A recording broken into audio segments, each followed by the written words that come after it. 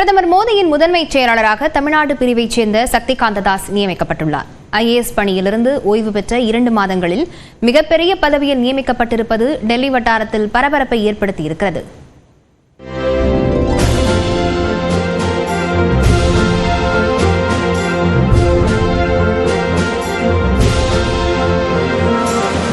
ஒடிசா மாநிலம் புவனேஸ்வரில் 1957ஆம் ஆண்டு பிப்ரவரி மாதம் 26ஆம் தேதி பிறந்தவரான சக்தி காந்ததாஸ் டெல்லியில் உள்ள பிரபல புனித ஸ்டீபன்ஸ் கல்லூரியில் வரலாறு இளங்கலை பயின்றார். இங்கிலாந்தின் பர்மிங்ஹாம் பல்கலைக்கழகத்தில் பொது நிர்வாகத்தில் முதுகலை பட்டம் பெற்றவர். 1980ஆம் ஆண்டு IAS தேர்ச்சி பெற்ற அவர் தமிழ்நாடு பிரிவு அதிகாரியாக பணியில் சேர்ந்தார்.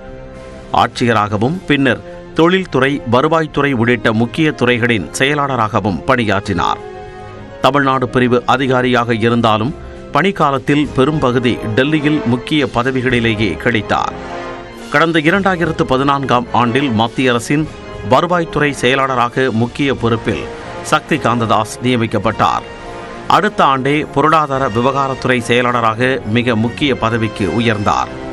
பின்னர் 2018ஆம் ஆண்டு டிசம்பர் மாதம் 12ஆம் தேதி நாட்டில் நிதித்துறையில் மிக உயர்ந்த பதவிகளுள் ஒன்றான ரிசர்வ் வங்கியின் ஆளுநர் பொறுப்பில் நியமிக்கப்பட்டார். ரிசர்வ் வங்கி வரலாற்றில் ஆளுநராக நியமிக்கப்பட்ட 2வது IAS அதிகாரி சக்தி காந்ததாஸ். ஒருமுறை பணி நீட்டிப்பு பெற்று 6 ஆண்டுகள் பணிபுரிந்து கடந்த 2024ஆம் ஆண்டு டிசம்பரில் IAS பணிகாலம் முடிந்து ஓய்வு பெற்றார். ரிசர்வ் வங்கி வரலாற்றில் மிக நீண்ட காலம் ஆளுநராக இருந்த 2வது நபர் என்ற பெருமைக்கு சொந்தக்காரரானார். எனினும் அடுத்த 2 மாதங்களிலேயே பிரதமரின் 2வது முதன்மை செயலாளராக முக்கிய பொறுப்பில் நியமிக்கப்பட்டிருப்பது டெல்லி வட்டாரங்களில் பல புருவங்களை உயர்த்தியுள்ளது. அதற்கு பின்னணியில் காரணங்கள் இல்லாமல் இல்லை. நாடு இக்கட்டான சூழலை எதிர்கொண்ட கொரோனா தொற்று காலத்தில் ரிசர்வ் வங்கி ஆளுநராக இருந்து திறம்பட நிதி நிர்வாகம் செய்தவர் சக்தி காந்ததாஸ். இது தவிர ரஷ்யா உக்ரைன் போர் தொடங்கி உச்சம் தொட்ட நெருக்கடியான சூழலிலும் RBI ஆளுநராக இருந்தவர். உலகின் 3 மிகச்சிறந்த மத்திய வங்கி தலைவர்களில் ஒருவராக தொடர்ந்து 2 ஆண்டுகளுக்கு அமெரிக்காவின் குளோபல் ஃபைனான்ஸ் இதழால் தேர்வு செய்யப்பட்ட பெருமைக்குரியவர் சக்தி காந்ததாஸ். மேலும் 2024ஆம் ஆண்டில் உலக மத்திய வங்கிகள் அறிக்கையில் A+ ரேட்டிங் பாராட்டையும் பெற்றார்.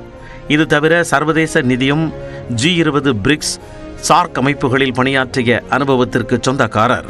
உலகம் தற்போது நிச்சயமற்ற பொருளாதார சூழலை எதிர்கொண்டுள்ள நிலையில் நாடு நெருக்கடியான சூழலை எதிர்கொண்ட போது நிதித்துறையில் சிறப்பாக பணிபுரிந்த சக்தி காந்ததாஸ் போன்ற நிதித்துறை வல்லுநரின் அனுபவம் பெரிதும் உதவும் என்ற நம்பிக்கை மற்றும் எதிர்பார்ப்பிலேயே பிரதமர் அலுவலகத்தில் முக்கிய பொறுப்புக்கு சக்தி காந்ததாஸ் தேர்வு செய்யப்பட்டுள்ளார் என்பது விவரம் அறிந்தவர்களின் கணக்கு.